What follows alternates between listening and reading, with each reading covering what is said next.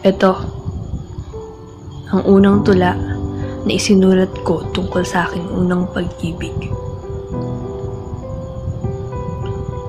Nakakarinding ingay ang pinakaunang narinig. Hindi alam ng dahilan, ngunit siguradong galing ito sa aking dibdib. Pumipintig na pumipintig, kasabay ng kamay na sobrang nanginginig, hindi alam ang dahilan. Ngunit patuloy na nadaragdagan tuwing iki sa aking lumalapit. Sa mga oras na to, nasa harap na kita. Hindi alam kung ano bang dapat kong madama. Tinatanong mo lang naman kung saan direksyon ka dapat pumunta, pero sa halip na sagutin kita, mas nauna kong titigan ka. Sa pagkahaba-haba ng ating tinginan, sa wakas, nasagot ko na ang iyong katanungan. Subalit may halong pag-aanilangan. Diretso ka lang, tapos pihit ka sa kaliwa sa may tindahan.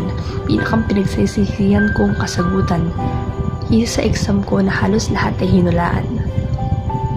Right timing nga, pero di alam kung totoo ang damdamin. Sa bagay, sino bang maniniwala sa akin? Unang kita pa lang nabihag na agad ng damdamin.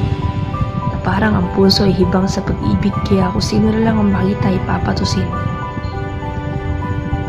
Pero kung talagang nararamdaman niya tunay na pag-ibig at ang tadhana, ay kasukuluyan sa aming nagmamasid.